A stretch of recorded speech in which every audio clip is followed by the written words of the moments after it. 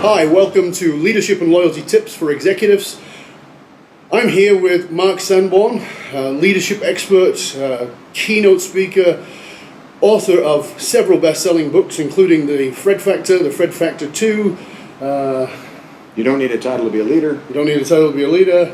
You don't need a memory to speak. I mean, all kinds of And Mark was just here speaking at the C-Suite Network event, and I've been hanging out with Mark all weekend. Amazing guy. We've had him on the Full Monty Leadership Show, and wanted to get a few minutes with Mark. He came off the stage, he rocked the house, of course, and I want to ask him some of the questions about leadership and loyalty as it pertains to you. So, first of all, thanks, mate. It's always good to be with you. It's been great fun at the C-Suite conference hanging out. It has, and Jeff Hayzlett did a great job, didn't he? He did. Putting this on. So, let's start there. What do you see? Because, I mean, you gave so many takeaways in your presentation, you have so many tips, and people leave with a lot of stuff to really think about. And what I like about your stuff is that a lot of it is the, I'm trying to think how it was put. Oh, it's the elusive obvious. You know, it's a blinding flash of the obvious, you bet. Yeah, it's the elusive obvious. It's like you listen to it and go, of course. But you put it well, and you put it succinct, and you make us go away and think about it.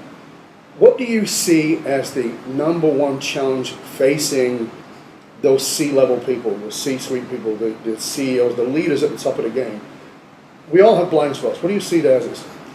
In my experience, I think right now one of the great challenges is staying relevant, and I think it's easier to see the older you get because we're all, for the most part, relevant at some point in our lives almost by default. You know, we're at that age where we represent the ideal demographic, the ideal psychographic, or you know, the median or the mean. And I think that what happens is we get lulled into the sense that what always worked will always work. Now the principles may not change, right, but the techniques, the tactics, the strategies often do.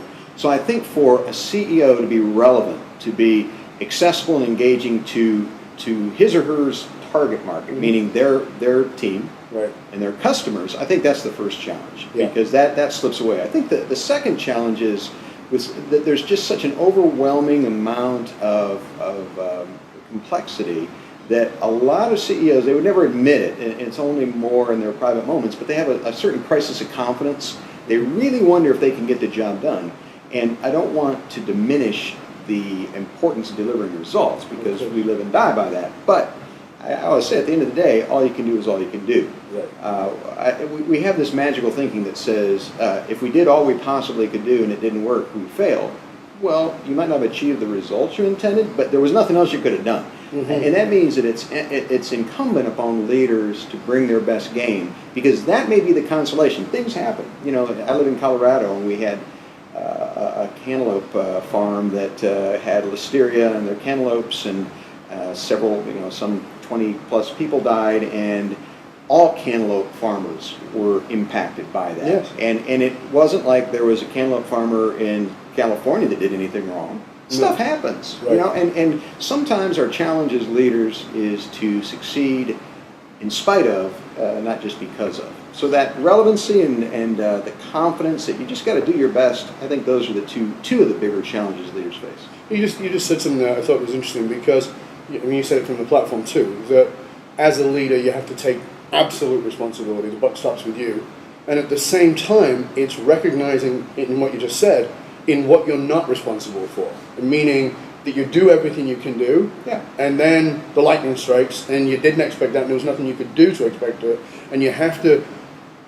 I think it's part of that breathe. I call it breathe and pause. Yeah, right? Breathe and pause, and just go.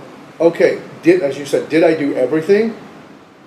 And if I really go, yeah, I did. I mean, I couldn't have had a word with a big fella upstairs and said, please no lightning. Okay, that's all I could do. Right. What is it you see? I mean, obviously, you'd probably even lost count of how many presentations you've done over the years for top companies, and a lot of that, you deliver a lot of that to the middle management people as well.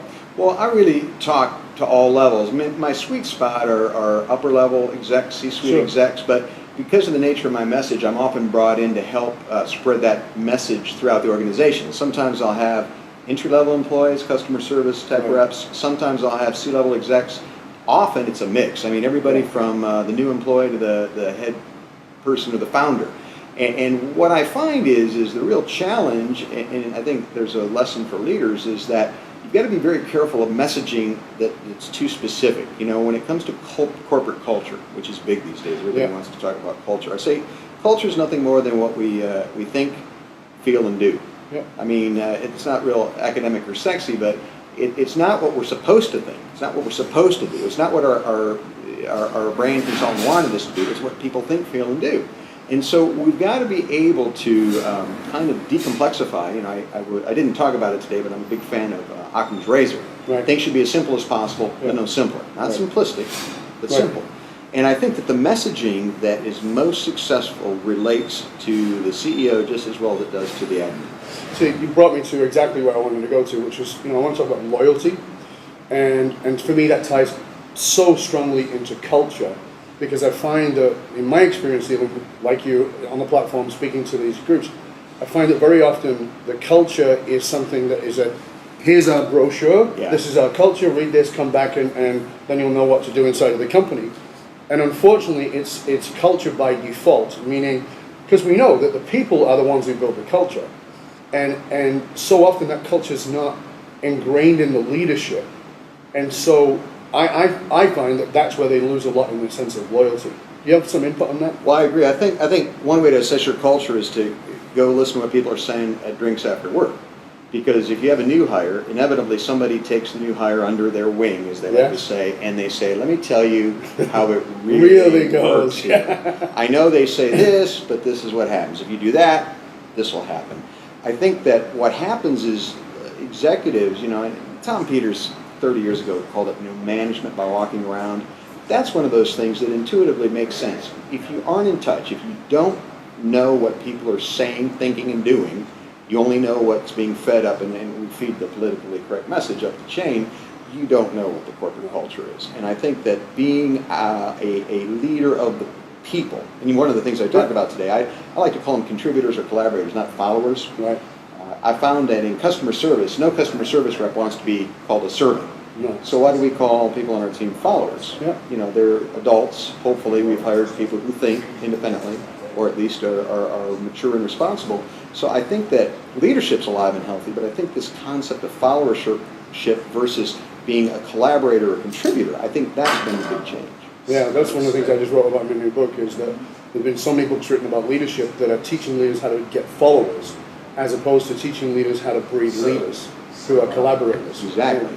Excellently put. I want you to give us, if you could, 3 tips, either on leadership or loyalty or a mix thereof, and how to generate loyalty. Because, like I said, number one issue for a C-suite is keep finding, developing, and keeping top people. You bet. Well, I would say number one is be very clear at the beginning of each day what you're about. Vagueness is the kiss of death to a leader. Absolutely. I think we just become reactive. We react to our schedules, to our phone calls. Be very clear each day. It doesn't have to be complex. You don't have to build a new plant or introduce a new product, but be clear on what you want to accomplish that day. Number 2, inquire into the experience of the people on your team. That means instead of saying, hey Bob, how you doing, which is a greeting, Sure. say, hey Bob, we haven't had a chance to connect lately. How are things really going on? What's really going on? Yeah. Now, you don't have to say that every time you meet it. The tragedy is, in business, we say it all the time and never meet it. So I would say inquire into the lives of your people. And then number 3, again, and I know you know this, but it's amazing how few people don't get it. To get loyalty, give it. Go to the wall for your people and they'll go to the wall for you.